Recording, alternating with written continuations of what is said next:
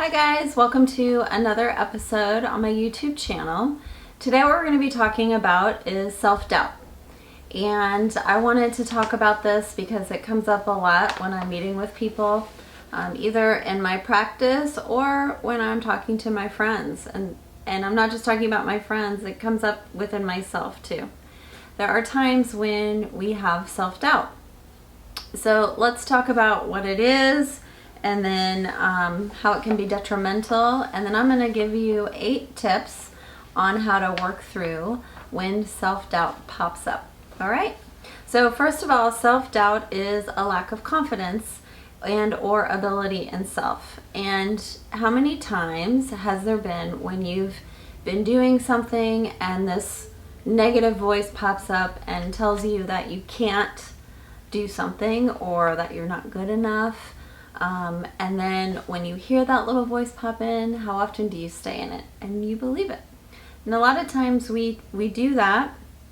We stay stuck in it, and then we start really talking negatively about ourselves, or we do like a shame spiral. We stay stuck or paralyzed in this like self-doubt, and it can create a lot of feelings. If we stay in it too long, it can create a lot of feelings of anxiety and of depression. We can become withdrawn. It can be very detrimental.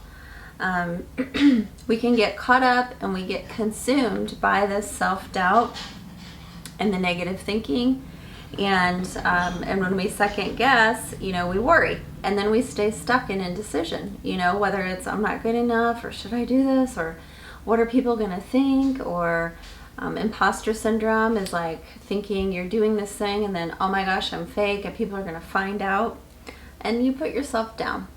And so as you can see, as I'm describing this, I'm sure there have been times where you, at some point in your life, where you have thought these things or felt this self-doubt pop up, or you've heard it from your friends, and you can also see how it can be really detrimental. So let me talk a little bit about the switch. How we can work through when self-doubt pops up, what can we do with it instead that isn't detrimental, and how can we kind of say goodbye or use it to help propel us forward. So as I said, we all go through this at some point in our lives, and the best thing to do is really just to kind of give ourselves a little bit of self-love, and let's go through these 8 steps, okay?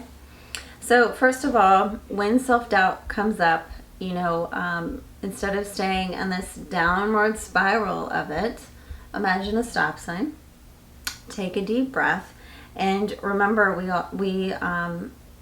it's something that happens sometimes, and we just don't want it to happen all the time. So the other thing to remind yourself of is sometimes self-doubt talks about how you're a failure and you shouldn't fail and you shouldn't make mistakes, and why can't you be perfect? And I just want to remind you that it's actually really good to fail, and it's good to make some mistakes, because that's how we learn, as well as nothing is perfect. We can't, why would we set a goal for perfection when that's unattainable? And that's kind of setting up that like self-doubt trap. I've said in other videos before, perfectionism equals depression. Self-doubt is a part of that. So the step 1 is imagine that stop sign, take a deep breath, and acknowledge and normalize that we've all gone through this at some point in our lives. It's good to fail. We've got to learn from it, and instead of perfection, it's how can I continue to progress and learn in my life. Number 2 is when it's really these thoughts that keep coming and coming and coming, these obsessive thoughts or compulsive thoughts about self-doubt. One of the things I want you to do is talk to someone, whether it's a friend or a therapist, a religious leader, a coach, someone that you trust and that loves you. That's going to help, one, pull yourself out. In my podcast, Shrink Chats, we interviewed someone who talked about coping skills is really how do we struggle successfully. And when we share our struggle with someone, we don't feel so alone, and we actually feel better. So when you can talk to someone about your struggle or that self-doubt, and they can help you kind of reframe and pull yourself out of that, you are quote unquote struggling successfully. You know you're not alone in this, and you can, when you're not alone, you feel a little bit better. You don't stay stuck in those self-doubt thoughts and feelings. Number 3 is stop comparing. Now this goes back to perfectionism. And I know I've talked in other videos before about comparison being the death of joy. When we compare, we put ourselves down. We think we're not good enough, or everybody has this other life that's so much better. And the reality is that we're all unique and special in our own ways, and our successes and our struggles are ours, and someone else's successes and struggles are theirs. So when we compare, we're negatively putting ourselves down. We're taking away our joy, our ability to learn from and move forward and to experience life, because we're always in that comparing, and we're making ourselves smaller and smaller and smaller. So stop comparing and celebrate how unique and amazing you are. The 4th way to help you to work through self-doubt is journal. And I want you to journal your successes. I want you to journal positive things that you appreciate and you enjoy about yourself. And you can also journal gratitude. What are you thankful for? And the reason why I like journaling, even if you're just doing little bullet points, and start with 3 days a week, 2 things that you're grateful for, or 2 things that you really love about yourself, or 2 things that you were able to do that day. And as you start to journal, if you do 3 days a week, at the end, on the 4th day or the 5th day, I want you to read through what you've written. So what you're doing is you're collecting information that you can go back and read through. And so when you're having one of those days where you're feeling down, you have some positive things to look at that are about you. So keep that journal. And so I call it a visual reminder. You have this visual reminder to look at, and it's a really good thing. Number 5 is be kind to yourself. Now, I will share a story with you. One time I was talking to my friend, and I was kind of beating myself up over something.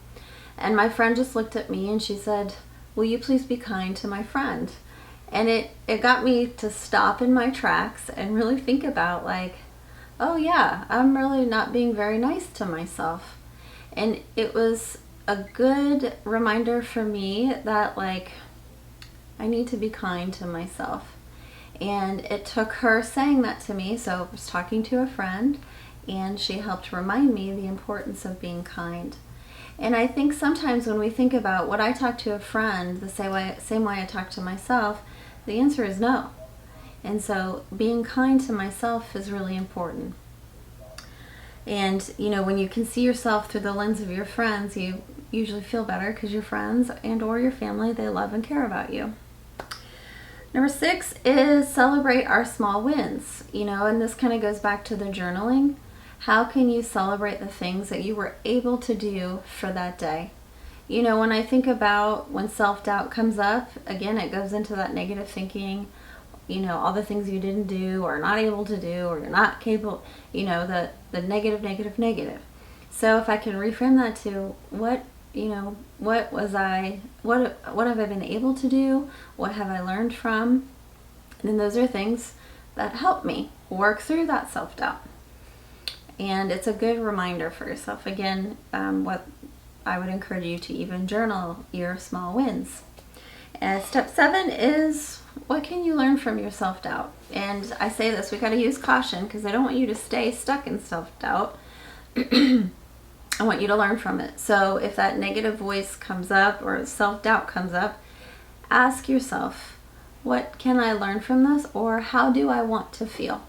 So it's a quick reframe. So you allow it to come up and say, okay, I hear what you're saying, and what do I want to feel instead, or what can I learn from? How can I use this to motivate me just a little, to help me instead of staying stuck and paralyzed in this negative belief about myself? Step 8 is actually a resource. It's a book written by Don Miguel Ruiz, and it's the 4 Agreements. And if you've never read it, it's a wonderful book, and it's 4 ways to live your life. And the 4 ways are always do your best, don't make assumptions, be impeccable with your word, and don't take things personal. And I think sometimes when we get caught in self-doubt, we turn ourselves off and we believe the negative story, so we're not able to do our best. We make assumptions about how other people are seeing us, or, oh my gosh, if I make this decision, it's the wrong decision, so we start making assumptions. We take things personal. So we think because one person's doing this thing, oh, it must be because I'm not good enough. When really, if someone's making a decision, it's about them. It's not about you. And then we can't be impeccable with our word because we're not showing up and being honest with ourselves, because we're in that negative self-doubt and we're not honoring how unique and special we are. So when we can, turn off or turn down the volume of self-doubt and, be impeccable with our word, do our best, don't make assumptions, and don't take things personal, we can show up and be who we are and be authentic. So I know that's a lot for one step, but it's a really important one. Again, the book is The 4 Agreements by Don Miguel Ruiz. It's a wonderful book. So these are 8 steps, guys, to help you work through and turn down the volume or turn off when self-doubt enters your mind. Remember, self-doubt is that lack of confidence. And remember, the thing is, guys, as I've said, you are enough, you are amazing, and you are unique in your own way. And don't let that self-doubt come in and take over how amazing you are. Use these 8 steps either all together or one at a time to really help you through when this erupts. So very quickly, stop. Imagine that stop sign. And remember, we all go through this. It's actually okay to, if you're going through that negative thinking that you're going to fail at something, remember it's okay to fail. And we all kind of have that negative voice come up sometimes. So stop and normalize. 2, talk to someone, friends or family, about what you're going through. Struggle successfully. 3, stop comparing. Remember, you are unique and amazing, and when you compare, you take away your joy. Step 4, journal the positives, or journal of gratitude, things that you're thankful for in the moment. Be present. And 5, be kind to yourself and see yourself through the lens of how your friends see you, and that way you give yourself some grace. 6, celebrate your small wins, and you can also journal these as well. What am I able to do, or what did I accomplish? How can you learn from the self-doubt? And then step 8 is the 4 Agreements by Don Miguel Ruiz. Alright guys, thank you for watching my video today. I hope that you are having a beautiful day and you remember how amazing you are. Don't forget to subscribe to my channel for weekly updates all about relationships. Take care.